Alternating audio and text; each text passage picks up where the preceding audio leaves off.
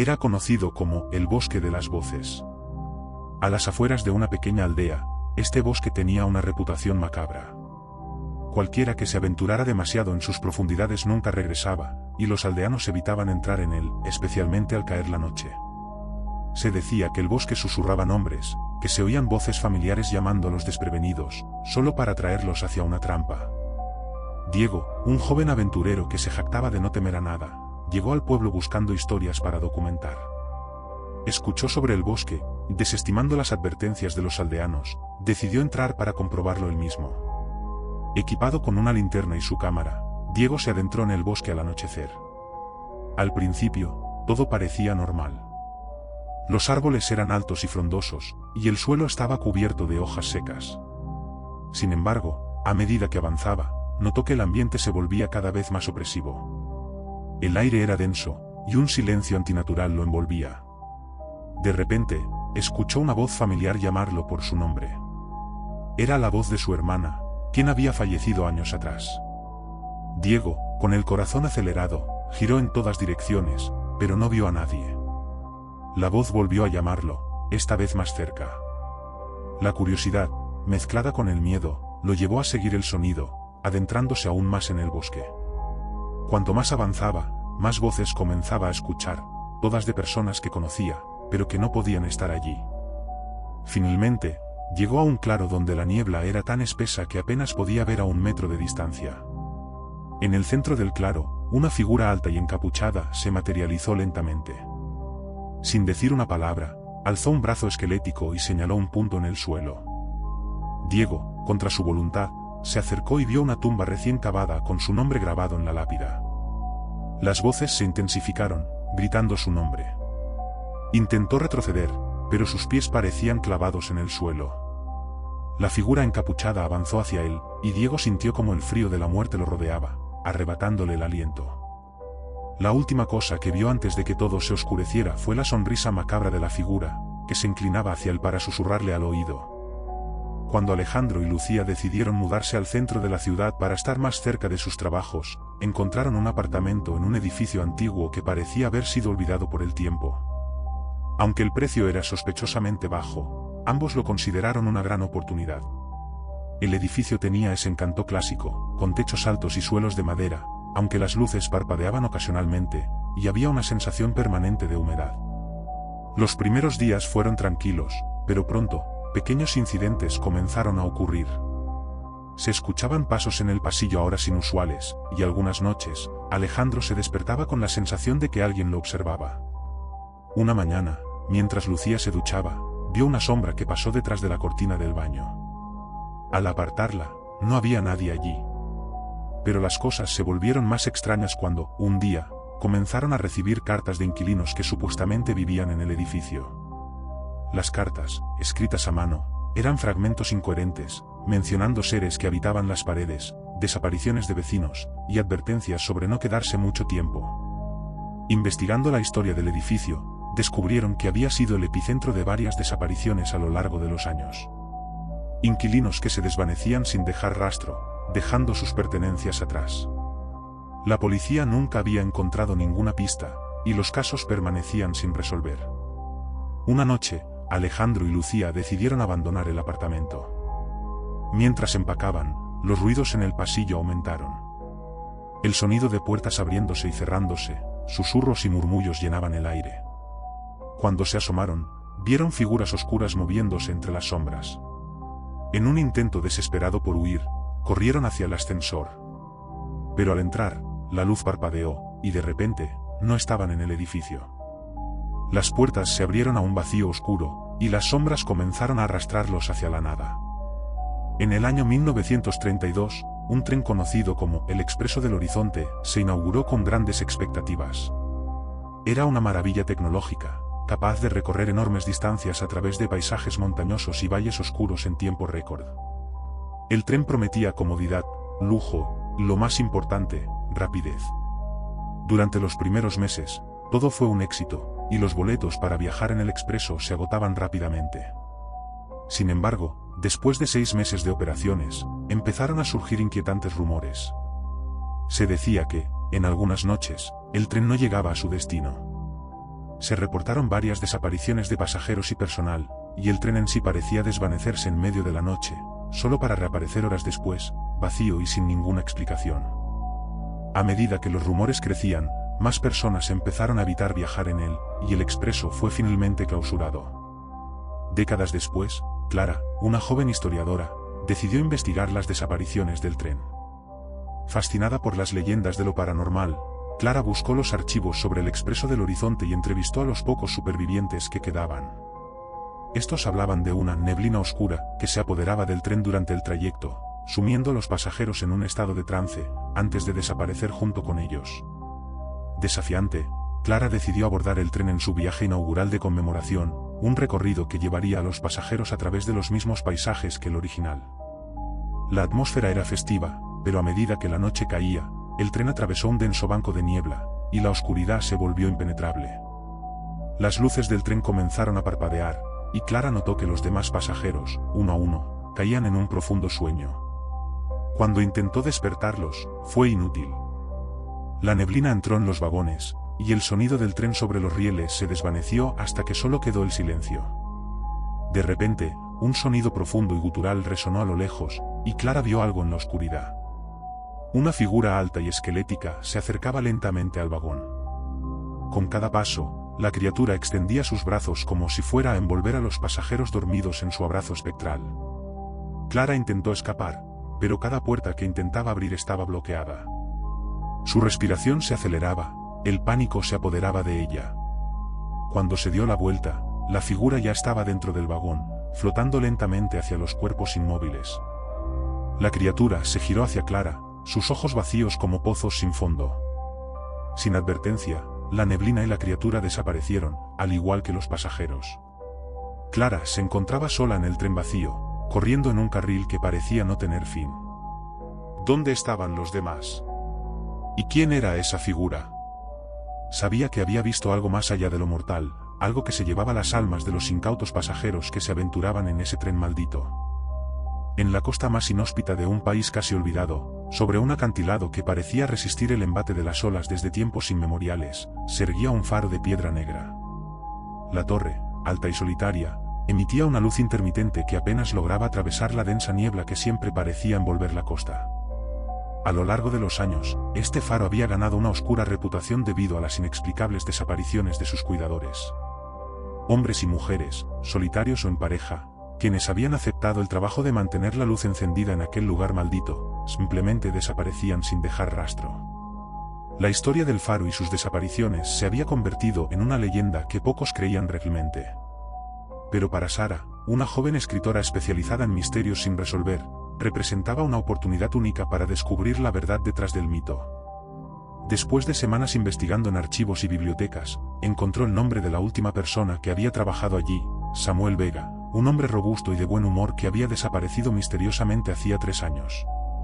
Nadie había encontrado su cuerpo, y su familia se había resignado a pensar que había caído al mar en una de las tantas tormentas que azotaban la zona. Decidida a llegar al fondo del misterio, Sara viajó al pueblo cercano al faro, un lugar pequeño, gris y con habitantes aún más sombríos. Desde su llegada, percibió un aire de desconfianza. Los aldeanos eran reacios a hablar sobre el faro y sus secretos. Las pocas personas que aceptaron conversar con ella lo hicieron con evidente incomodidad, como si la sola mención del lugar fuera suficiente para invocar algo oscuro. La advertían, insistían en que no debía acercarse allí, especialmente de noche, pero ella no se dejó amedrentar. Como escritora, había aprendido a no dejarse llevar por los rumores.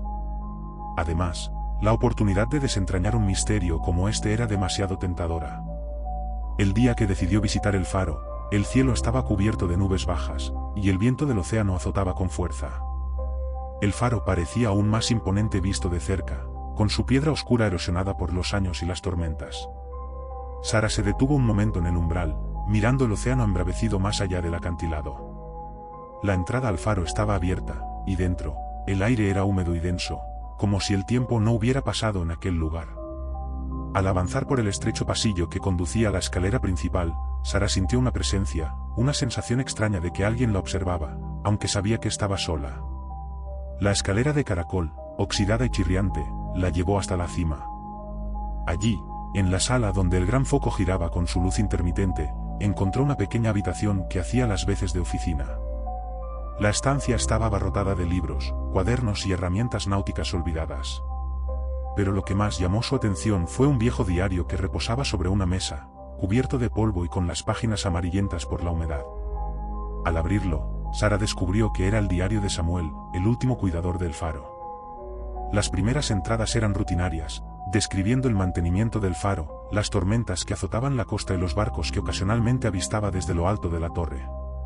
Sin embargo, a medida que avanzaba en su lectura, las anotaciones se volvían más erráticas, más desesperadas. Samuel escribía sobre extrañas luces en el horizonte, luces que parecían emerger del mar en noches sin luna. Describía una presencia que sentía en la torre, sombras que se movían en los rincones oscuros cuando él creía estar solo. Luego, en la última página, con una caligrafía temblorosa, había escrito: "No estoy solo. Algo ha salido del mar. No sé qué es, pero viene por mí". De repente, un golpe sordo resonó en las paredes del faro.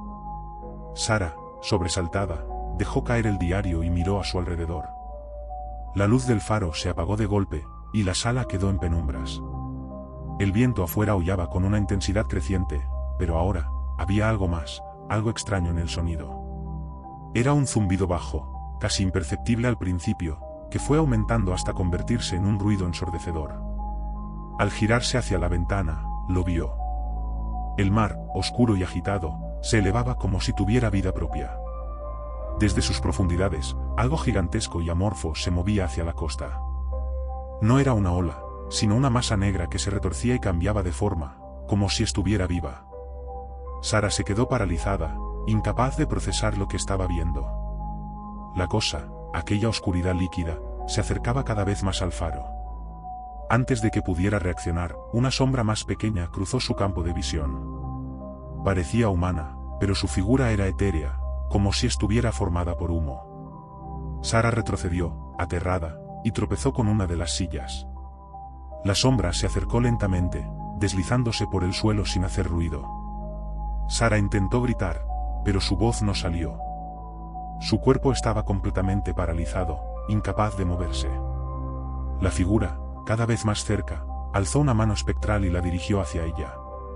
Justo en ese momento, el faro volvió a encenderse, y la luz iluminó la sala con una intensidad cegadora.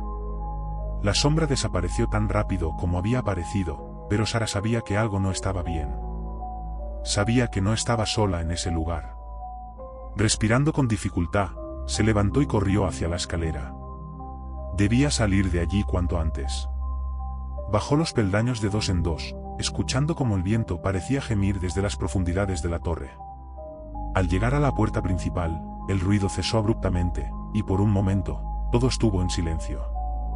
Pero al salir del faro, se dio cuenta de que el mar, esa masa informe y negra que había visto antes, ya no estaba.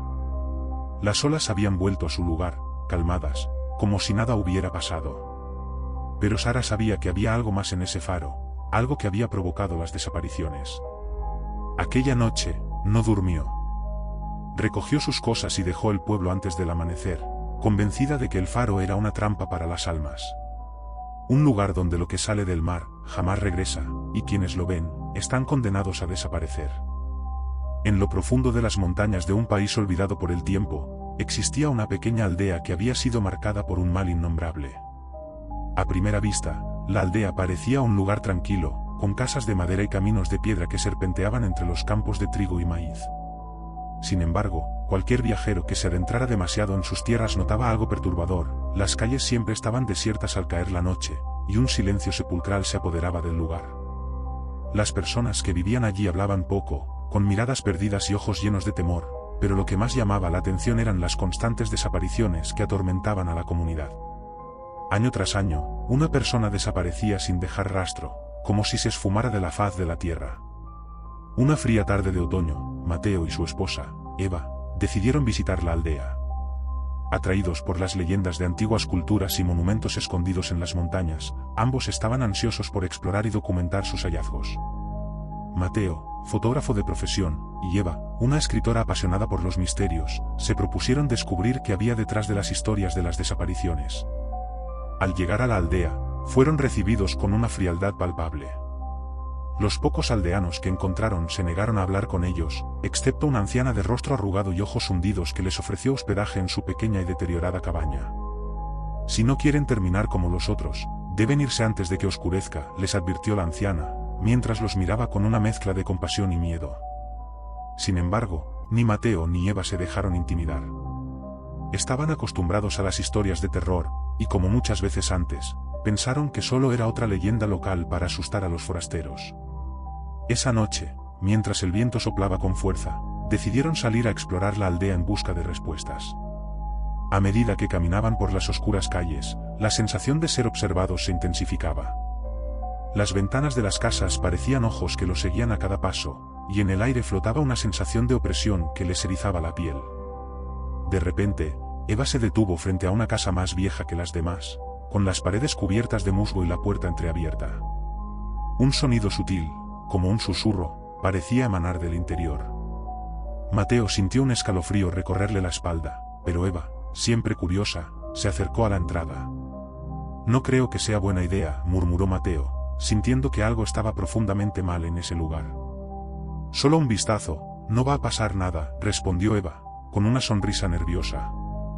Entraron en la casa, y al principio, todo parecía normal. Muebles antiguos, cubiertos de polvo, y una chimenea apagada ocupaban el centro de la sala. Pero al adentrarse más, notaron algo extraño, las paredes estaban cubiertas de fotografías.